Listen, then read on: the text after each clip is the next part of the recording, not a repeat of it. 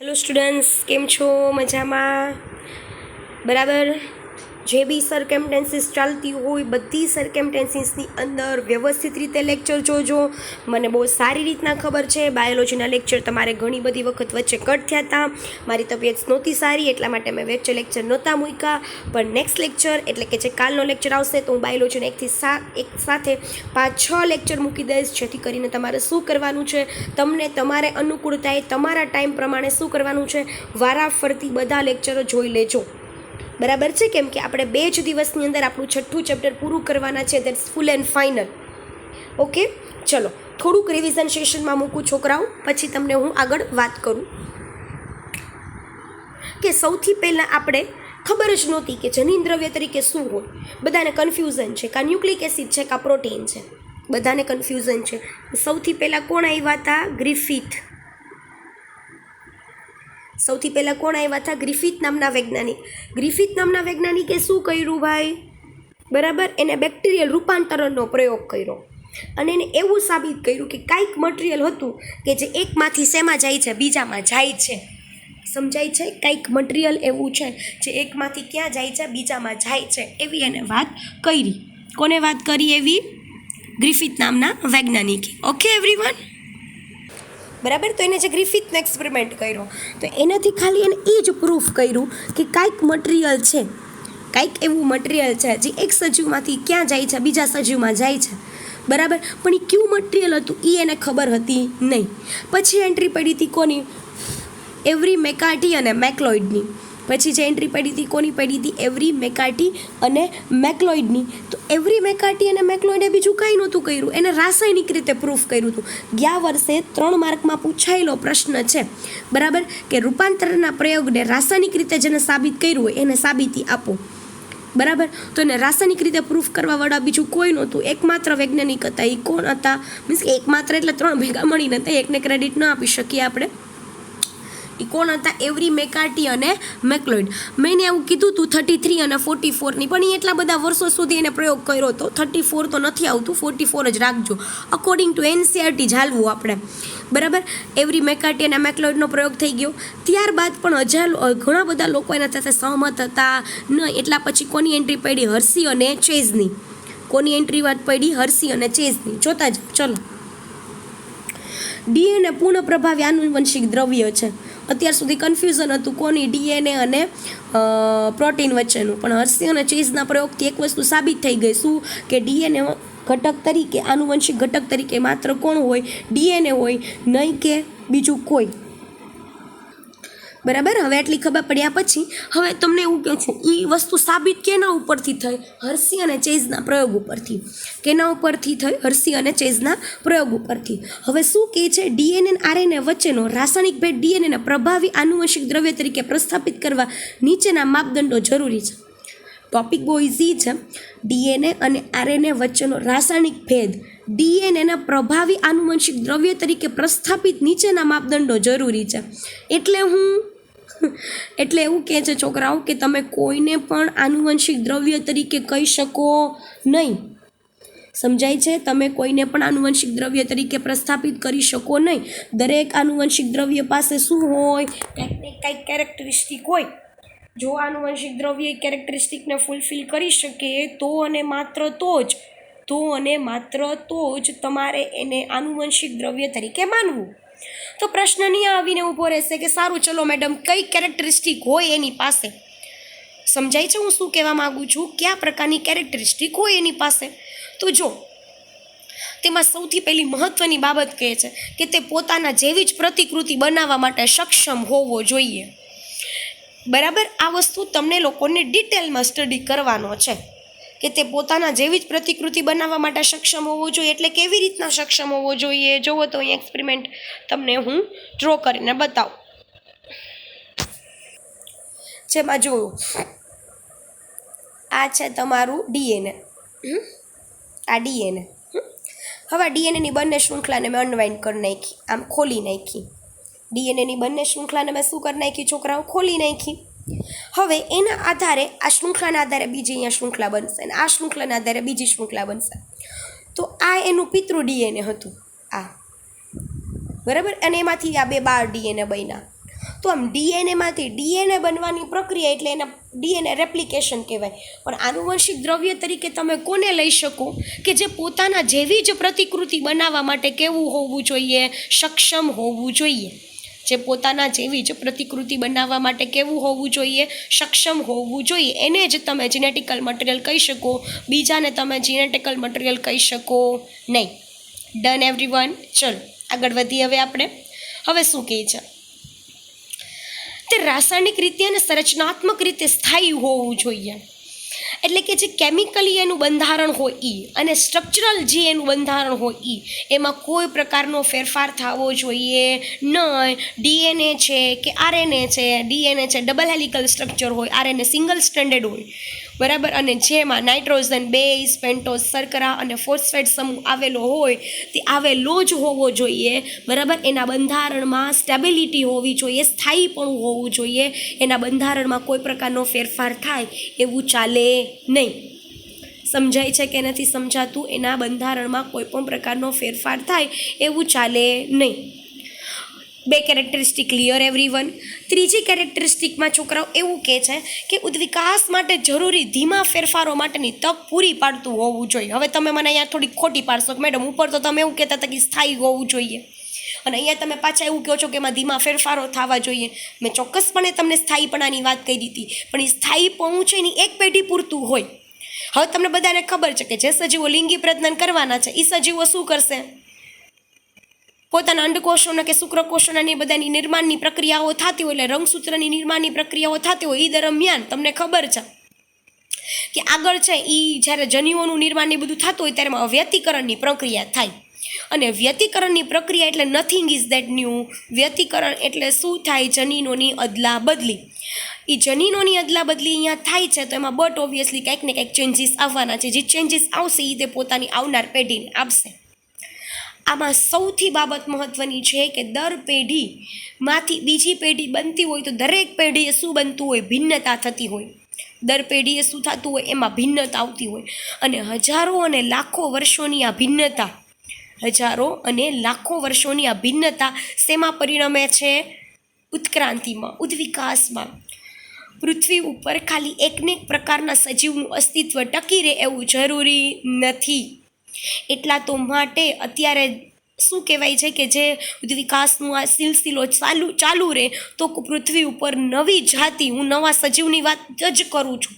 બધા સમજાય છે? જે સજીવો હોય એની સંખ્યામાં વધારો કરવાની વાત નથી કરતી હું. જે સજીવો પૃથ્વી ઉપર આવી જો ઉદ્વિકાસની પ્રક્રિયા સતત ચાલ્યા કરી તો નવા સજીવો છે એ પૃથ્વી ઉપર આવવાના ચાન્સીસ શું થશે?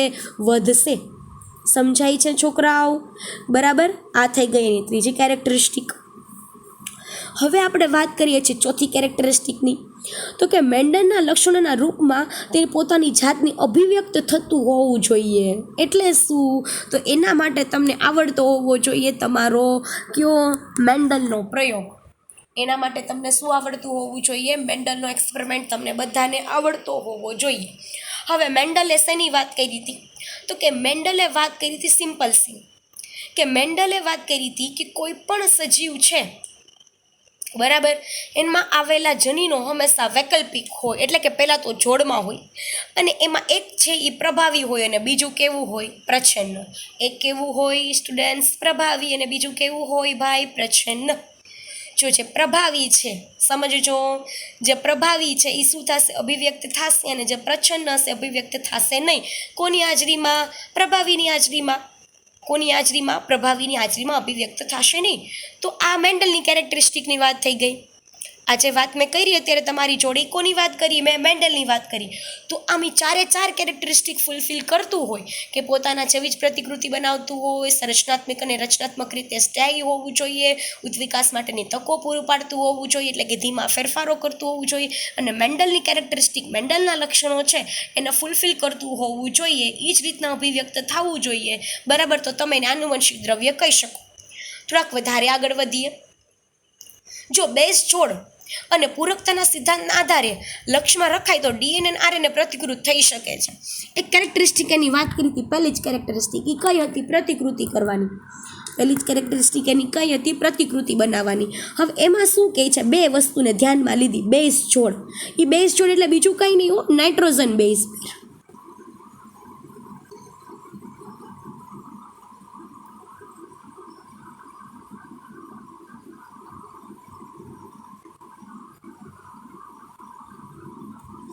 એ જે વાત કરે છે એ કોની વાત કરે છે? નાઇટ્રોજન બેઝની.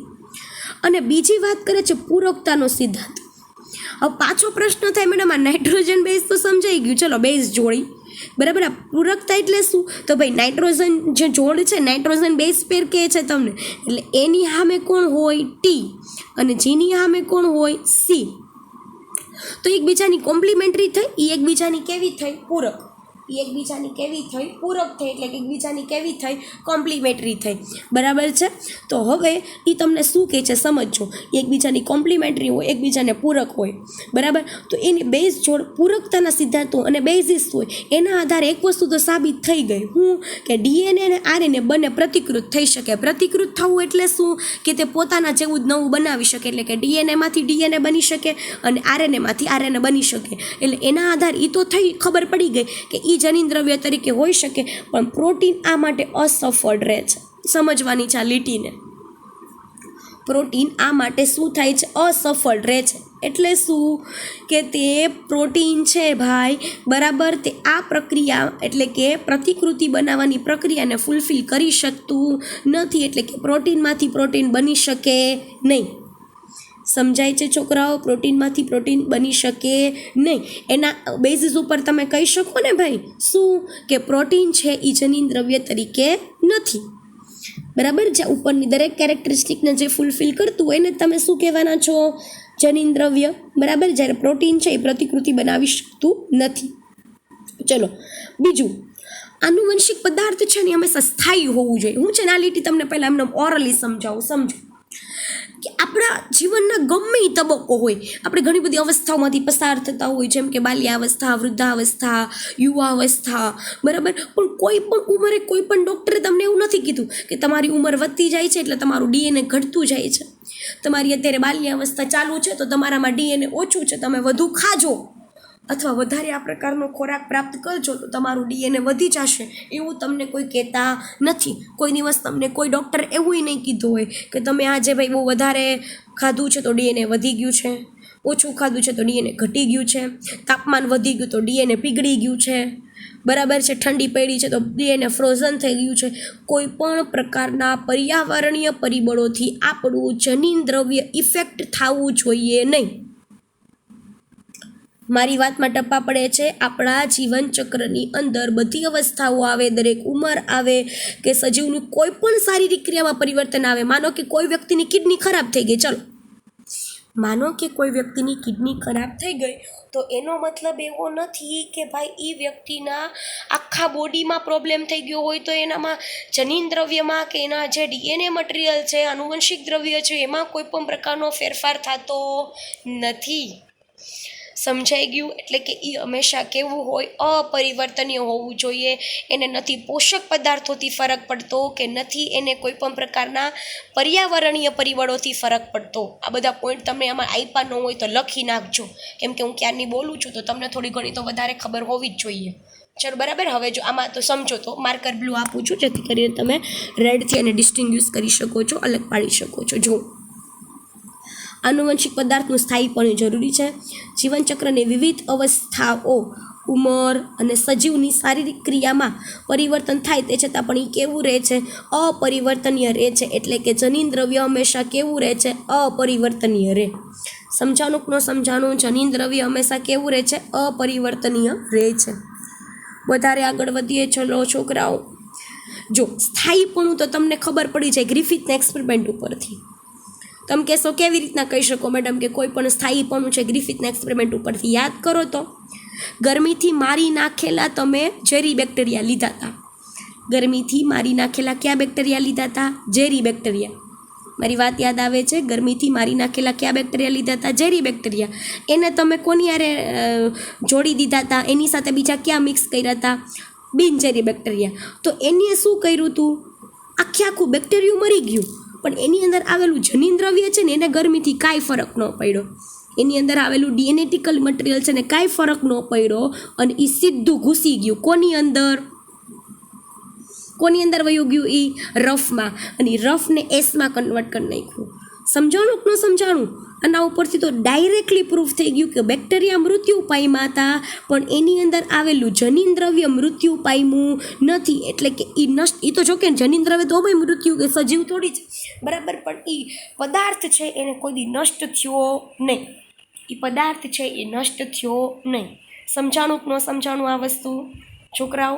બરાબર. હવે જોવો તો આની અંદરથી આ સ્થાયીપણું ગ્રિફિથના રૂપાંતરણના સિદ્ધાંતથી પણ સ્પષ્ટ થાય છે, જેમાંથી ગરમીથી બેક્ટેરિયાનું મૃત્યુ થાય છે. ગરમીથી બેક્ટેરિયાનું શું થાય છે? મૃત્યુ થાય છે, પણ આનુવંશિક દ્રવ્યના કેટલાક ગુણધર્મો નષ્ટ થતા નથી. ડીએનએની બંને શૃંખલાઓ ગરમીથી અલગ કરાય તો પણ યોગ્ય પરિસ્થિતિઓમાં એકબીજા સાથે તે શું થઈ જાય છે? જોડાઈ જાય. હવે હું એમ તો બિલકુલ નથી કહેતી કે જે ભાઈ ડીએનએ છે એને ગરમીથી કાંઈ ફરક ન પડે, એ એમ ન મજડે, નહીં. ગરમીથી, તાપમાન, તડકાથી ફરક પડે, પણ એની આવનાર પેઢીમાં એવું નહીં થાય, બરાબર, કે આ વ્યક્તિ છે એને કોઈ પણ કારણસર આવું કંઈ થયું, બરાબર, તો કે ડીએનએમાં ફેરફાર થયો તો એને જેટલા બધા કૂતરા હશે પૃથ્વી ઉપર બધા કૂતરામાં ફેરફાર થઈ, એવું નહીં થાય, બરાબર. હા, કોઈ વિકૃતિ છે તે સજીવને આવી તો એ વિકૃતિ પોતાના સંતતિઓને ચોક્કસ વારસામાં આપશે. જે વિકૃતિઓ પોતાને આવી એ વિકૃતિઓ જો ડીએનએમાં ફેરફાર થયો, પણ માનો કે ગરમીથી તમે આ બંને ડીએનએની શૃંખલાઓને ખોલી નાખી, વચ્ચેનો જે હાઇડ્રોજન બંધ હતો એ અને ટી વચ્ચેને, જી અને સી વચ્ચેના, એ બંધ તોડી અને તમે આ બંને શૃંખલાઓને અનવાઇન્ડ માનો કે કરી નાખી, તો પણ યોગ્ય પરિસ્થિતિ સાથે તે શું થઈ જાય છે? જોડાઈ જાય છે. સમજાઈ ગઈ મારી વાત? વધારે આગળ વધીએ છોકરાઓ. ડીએનએની બંને શૃંખલાઓ ગરમીથી અલગ કરાય તો પણ તે યોગ્ય પરિસ્થિતિમાં એકબીજા સાથે શું થાય છે? જોડાઈ જાય છે. આરએનએના પ્રત્યેક ન્યુક્લિયોટાઇડ પર, આના માટે તમને ન્યુક્લિયોટાઇડ પહેલાં સરખી રીતના આવડતું હોવું જોઈએ. ન્યુક્લિયોટાઇડ એટલે શું છોકરાઓ? નાઇટ્રોજન બેઝ, પેન્ટોઝ શર્કરા અને ફોસ્ફેટ, આ ત્રણેય ભેગા મળીને શું બનાવે છે? ન્યુક્લિયોટાઇડ. પણ અહીંયા આરએનએની વાત કરે છે એટલે પેન્ટોઝ શર્કરા કયા પ્રકારની હશે? રિબોઝ પ્રકારની, બરાબર. પેન્ટોઝ શર્કરાની કયા પ્રકારની હશે? રિબોઝ પ્રકારની છે. પણ અહીંયા તમારે કમ્પેરિઝન મૂકી છે. અહીંયા તમને શું કર્યું છે? કમ્પેરિઝન મૂકી છે. Comparison between DNA and RNA. તમને 2 માર્કમાં આવું કરી શકે કે કમ્પેરિઝન પૂછી શકે, કોની વચ્ચેનું? ડીએનએ અને આરએનએ વચ્ચેનું કમ્પેરિઝન પૂછાઈ શકે. દેટ્સ વેરી કોમન, બરાબર. પણ એમાં જોવાનું શું છે તમારે? એ જોજો કે તેના ન્યુક્લિયોટાઇડ પર OH પ્રતિક્રિયાશીલ સમૂહ જોવા મળે છે. તમે કહેશો મેડમ આ તમે કોની વાત કરો છો? હું એના પેન્ટોઝ શર્કરાની વાત કરું છું અહીંયા, બરાબર. એમાં તમને બધાને ખબર છે એચ, અહીંયા એકાદી જગ્યાએ માનો કે અહીંયા O હોય, અહીંયા તો OH આ તમને જો ચેઇન ફોર્મ અને રિંગ ફોર્મ આવડતા હોય તો તમે આ વસ્તુને સરળતાથી સમજી શકો. જો તમને રિંગ ફોર્મ અને ચેઇન ફોર્મ આવડતા હોય તો તમને આ વસ્તુ સરળતાથી સમજાય છે. સો don't be confuse about that, બરાબર. જો OH સમૂહ પ્રતિક્રિયાશીલ સમૂહ જોવા મળે છે. આરએનએને અસ્થિર અને સરળતાથી વિઘટિત બનાવી દે. સેકન્ડ નંબરના પોઝિશન ઉપર રિબોઝ શર્કરામાં વધારાનો એક OH સમૂહ જોવા મળે, જે ક્રિયાશીલ સમૂહ છે, જે આરએનએને કેવું બનાવે છે? અસ્થિર બનાવે છે. અસ્થિર એટલે કેવો બનાવે છે? અનસ્ટેબલ બનાવે છે. અસ્થિર એટલે કેવો બનાવે છે? તેને અનસ્ટેબલ બનાવે છે, જે સરળતાથી શું થઈ જાય છે? વિઘટન પામે છે. મારી વાતમાં ટપ્પા પડે છે છોકરાઓ? જે સરળતાથી શું પામે છે? વિઘટન પામે છે. ડન. ચલો, આરએનએની સાપેક્ષે ડીએનએ રાસાયણિક દ્રષ્ટિએ ઓછો સક્રિય છે. વાત તો બહુ સીધી કરે છે. સક્રિયતાની બાબતે હંમેશા આરએનએ અવ્વલ નંબર ઉપર. ડીએનએ રાસાયણિક દ્રષ્ટિએ ઓછો સક્રિય છે. કોના કમ્પેરમાં? આરએનએના કમ્પેરમાં. અને રચનાત્મક દ્રષ્ટિએ વધુ સ્થાયી છે. પણ સ્ટ્રક્ચરલી જો તમે જોવા જાઓ, બરાબર, તો વધારે સ્ટેબલ કોણ છે? ડીએનએ. બેની કમ્પેરિઝન કરે છે છોકરાઓ. એક તો રાસાયણિક પોઈન્ટ ઓફ વ્યૂથી જોવે છે અને એક રચનાત્મકના પોઈન્ટ ઓફ વ્યૂથી જોવે છે. એક પોઈન્ટ ઓફ વ્યૂ એનો કયો છે? રાસાયણિક, અને એક છે એનું રચનાત્મક. એક છે એ એનું રાસાયણિક અલ્ટિમેટલી એનું કેમિકલી જોવા જઈએ, અને રચનાત્મક એટલે એનું બંધારણીય જોવા જઈએ. તો આરએનએ છે એ રાસાયણિક રીતે કેવો છે, વધારે સક્રિય છે, બરાબર છે, અને રચનાત્મક રીતે કેવો છે, ઓછો. એના કમ્પેરમાં ડીએનએ છે રાસાયણિક રીતે કેવો છે, ઓછો, પરંતુ રચનાત્મક રીતે એ વધુ સ્થાયી છે. આમ ડીએનએ વધુ સારું આનુવંશિક દ્રવ્ય છે. આપણે આ ટોપિક ભણીએ છીએ શું કામ? કમ્પેરિઝન કરવા માટે. આપણે ટોપિક ભણવાનો મુખ્ય તાત્પર્ય શું છે? કમ્પેરિઝન કરવા માટેનો, બરાબર. તો વધારેમાં વધારે સ્ટેબિલિટી વધારે કોની પાસે છે? ડીએનએ પાસે. મારી વાત સમજાય છે? વધારે સ્ટેબિલિટી કોની પાસે છે? ડીએનએ પાસે. તો આપણે આનુવંશિક દ્રવ્ય તરીકે કોને ગણવાના છીએ? ડીએનએને ગણવાના છીએ, બરાબર. ચલો, ડીએનએમાં યુરેસિલના સ્થાને થાઇમિન હોવાથી તેનું વધુ સ્થાયિત્વ મળે છે. વધારાના પોઈન્ટની પણ વાત કરે છે. એક તો રાસાયણિક દ્રષ્ટિએ તો છે જ આરએનએ વધારે સ્ટેબલ, બરાબર, પણ એની પાસે કંઈક એવું છે જેને શું કરે છે? સ્થાયિત્વ ડીએનએને આપે છે, અને આરએનએ પાસે આવું નથી. તો ડીએનએમાં યુરેસિલ હોય નહીં. હું ના પાડું છું, ડીએનએમાં યુરેસિલ હોય નહીં, કેમ કે યુરેસિલના જગ્યાએ અહીંયા કોણ હોય? થાઇમિન. અને તમને બધાને મેં શીખડાવ્યું છે, તમને બધાને મેં ઓલરેડી આ વસ્તુ કીધી છે છોકરાઓ, બરાબર. શાંતિ રાખજો, સાવ શાંતિથી, કે યુરેસિલના સ્થાને ત્યાં કોણ હોય? થાઇમિન. કેમાં? ડીએનએમાં. કેની અંદર? ડીએનએમાં. ડીએનએ અને આરએનએ બંને પ્રતિકૃત પામી શકે છે. એટલે શું? કે ડીએનએમાંથી ડીએનએ બની શકે અને આરએનએમાંથી આરએનએ બની શકે. સમજાય છે? જેવી રીતના ડીએનએમાંથી ડીએનએ બની શકે, એવી રીતના ડીએનએમાંથી આરએનએ પણ શું થઈ શકે? બની શકે, બરાબર. પણ આરએનએ અસ્થાયી છે અને ઝડપથી વિકૃત પામી શકે છે. આરએનએ કેવું છે? અનસ્ટેબલ છે. કમ્પેરિઝન કરે છે ને ભાઈ ડીએનએ સાથેની. આરએનએ વધારે કેવું છે? અસ્થાયી છે, જ્યારે અને ઝડપથી વિકૃત પણ પામી શકે છે. કેમ કે એટલું બધું સ્ટેબલ નથી, તો કોઈ પણ પ્રકારના કારકો આવ્યા, અન્ય કારકો, અન્ય પરિબળો, એ આરએનએને છે એના ડીએનએના કમ્પેરિઝનમાં વધારે કેવું બનાવી દેશે? વિકૃત બનાવી દેશે. પરિણામે આરએનએ જીનોમે ટૂંકી જીવન અવધિ ધરાવતા વાયરસમાં ઝડપથી વિકાસ અને વિકૃતિ પામે છે. જો વધારે અસ્થાયી છે, બરાબર, અને વિકૃત પણ પામી શકે છે. એટલે ઘણા બધા વાયરસીસ એવા છે કે જેમાં જનીન દ્રવ્ય તરીકે ડીએનએ નહીં હોય, મુખ્ય ડીએનએ જ હોય, બરાબર. એટલે કે એનામાં નહીં હોય, વાયરસમાં નથી કહેતી હું અન્ય સજીવોમાં વાત કરું છું. અન્ય સજીવોમાં મેઇન કોણ હોય? વાયરસમાં ડીએનએ જ હોય. પણ અમુક વાયરસીસ એવા છે, બરાબર, કે એમાં જનીન દ્રવ્ય તરીકે મુખ્યત્વે કોણ છે? આરએનએ છે એમાં, બરાબર, આરએનએ છે. તો એનું કારણ આપે છે. એક તો એની ટૂંકી શું છે? જીવન અવધિ. એટલે કે એનો લાઈફ સ્પાન કેવો હશે? ઓછો. સમજાણું કે ના સમજાણું? એનો લાઈફ સ્પાન કેવો હશે? ઓછો. અને ઝડપથી વિકાસ પામી શકે. આમ જોવા જઈએ તો આદિકોષ કેન્દ્રની કેરેક્ટરિસ્ટિક છે. કઈ? જો કે આ વાયરસ જે છે એને નથી આદિકોષ કેન્દ્રીમાં મૂક્યા, નથી સુકોષમાં મૂક્યા, પણ હું જસ્ટ કેરેક્ટરિસ્ટિકની કમ્પેરિઝન માટે મૂકું છું, બરાબર. કે આરએનએ છે એ ટૂંકી જીવન અવધિ ધરાવે. આરએનએ છે એ શું છે? ટૂંકી જીવન અવધિ ધરાવે છે, અને વધારે ઝડપથી શું થાય? વિકાસ પણ પામે, અને વધારે ઝડપથી વિકૃતિ પામે. ઉપર એ વાત કરી રીતે વિકૃતિ થવાનું કારણ એનું આરએનએ છે એ કેવું છે? અસ્થાયી છે, એટલા માટે. આરએનએ છે એ કેવું છે? અસ્થાયી છે, એટલા માટે. Done everyone? સમજાય છે છોકરાઓ? બરાબર. આગળ વધુ. પ્રોટીન સંશ્લેષણ માટે આરએનએ સીધો જ સંકેતન કરે છે. પ્રોટીનના, જેમ કે આ પ્રોસેસ છે ને તમારે યાદ રાખવાની છે, ડીએનએમાંથી એમઆરએનએ બને. ડીએનએમાંથી શું બને છે? એમઆરએનએ. અને એમઆરએનએમાંથી શું બને? પ્રોટીન. એમઆરએનએમાંથી શું બને? પ્રોટીન, બરાબર. હવે સમજજો, પ્રોટીન સંશ્લેષણ માટે આરએનએ સીધો જ સંકેતન કરે. એટલે આરએનએમાંથી સીધું જ શું બની જાય? પ્રોટીન બની જાય. તેથી તે સરળતાથી લક્ષણોની અભિવ્યક્તિ કરે. એટલે આપણે આ છે ને તમને ભટકાવે છે, એ તમને ગમે એ રીતના એવું સાબિત કરવા માગે છે કે ડીએનએ બહુ સારું છે, કેવી રીતના કે આરએનએ પાસે એક સારી કેરેક્ટરિસ્ટિક છે, કોઈ પણ પ્રકારની સાંકેતિક માહિતી હોય ને એને સીધું જ ટ્રાન્સફર કરવાની, કોઈ પણ પ્રકારની સાંકેતિક માહિતી હોય એને સીધું જ ટ્રાન્સફર કરવાની કેપેબિલિટી સૌથી સારામાં સારી કોણ પાસે છે? આરએનએ પાસે, બરાબર છે. એટલે સરળતાથી શું થઈ શકે છે? લક્ષણોની અભિવ્યક્તિ થઈ શકે.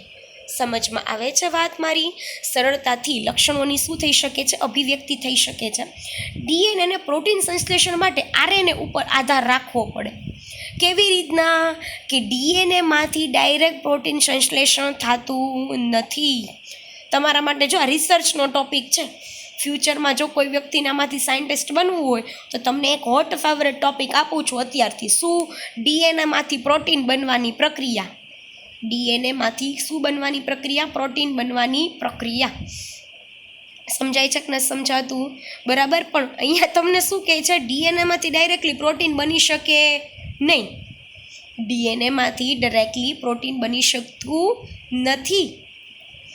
સમજાય છે? ડીએનએમાંથી ડાયરેક્ટલી પ્રોટીન બની શકતું નથી. એટલે એને હંમેશા પ્રોટીન જો બનાવવું હોય તો એને પહેલાં ડીએનએમાંથી શું બનાવવું પડે? એમઆરએનએ. ડીએનએમાંથી પહેલાં એને શું બનાવવું પડે? એમઆરએનએ. અને આ જે એમઆરએનએ બન્યો સ્ટુડન્ટ્સ, આ જે એમઆરએનએ બન્યો એ પછી શું બનાવશે? પ્રોટીન. આરએનએ અને ડીએનએ બંને જનીન દ્રવ્ય તરીકે કાર્ય કરે. હવે હું આ મુદ્દાની વાત કરું છું.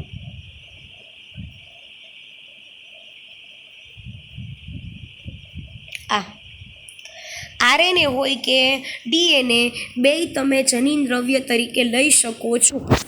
સમજાય છે? આરએનએ હોય કે ડીએનએ તમે જનીન દ્રવ્ય તરીકે બેયને લઈ શકો, પણ ડીએનએ વધારે કેવું છે? સ્થાયી છે. ડીએનએ વધારે કેવું છે? સ્થાયી છે. સમજાય છે છોકરાઓ?